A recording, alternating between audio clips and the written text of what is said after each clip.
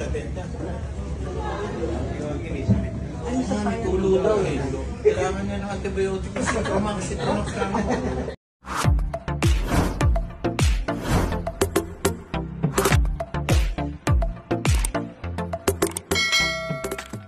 The Gamos star na sina Andrew E., Sherbert Bautista, Dennis Padilla at Jano Gibbs reunited sa red carpet premiere night ng upcoming movie na Itutumba Ka ng Tatay Ko. Nito nga lamang nakaraang Lunes, January 22 ay ginanap ang red carpet premiere night ng movie na Itutumba Ka ng Tatay Ko sa SM Mega Mall Cinema 2 kung saan dinaluhan ng mga kilala at sikat na artista upang suportahan ang movie na ito na pinagbibidahan ng comedy action star na si Jano Gibbs na siya ding nag-direct nito. Kabilang nga sa mga naroon at present sa premiere night ang mga malalapit na kaibigan ni Jano Gibbs na ang Gamols na sina Andrew E., Sherbert Bautista at Dennis Padilla. Sa backstage ay di napigilan ng apat na magkayakapan at magkamustahan nang muli silang magkita-kita matapos ang matagal na panahon din. Super proud nga sila kay Jano Gibbs dahil bukod sa isa siya sa mga bida sa movie na Itutumba Ka ng Tatay Ko ay siya din mismo ang nag-direct nito sa video na ni-repost ni Jano Gibbs sa kanyang Instagram ay talaga nga namang na-miss rin nila ang isa't isa bakas sa mga mukha nila ang kasiyahan matapos ang kanilang reunion ngayon.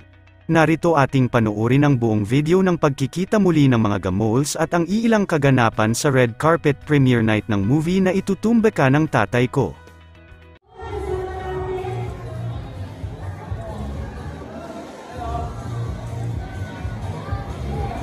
Grabe dito sila kayo sa supportahan ng pelikula Itutumba Ka ng Tatay Ko. Okay. Panoorin niyo po yung nagtumba-tumba, yung tatay. Ano ba? Nagtumba-tumba? Itutumba ko lahat ng nakatayo. Hindi. Natumba si tatay dahil kay nanay. Parang iba-iba na yung title. Ito! Ayun ang nakalagay. Itutumba ko ang tatay mo. Itutumba ko ang tatay mo. Take six. Okay, again. Oh, itutumba ko Take seven. Ito ang pinakamadaling title. Sige, itutumba ka ng tatay ko. Yan!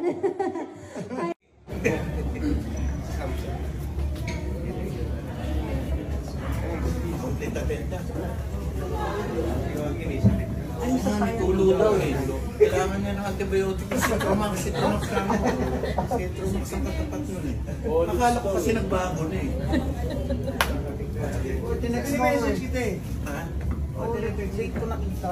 Tapos nag-reply ako. Ay, sa'yo. My writer, si Chari, and si Joma. And lahat po sila ay nagmalasakit para kumbaga mapagandang lalaki ako sa pagdidirect. Ikaw siya, may pahabol ka bang message sa kanilang lahat? Wala na po, gusto ko lang manood talaga, pero ano pa, sana ma-enjoy po na lahat ng nandito ngayon yung movie. Okay, muli palakpakan natin! Direct Janica sa Sia Vigor! Congratulations!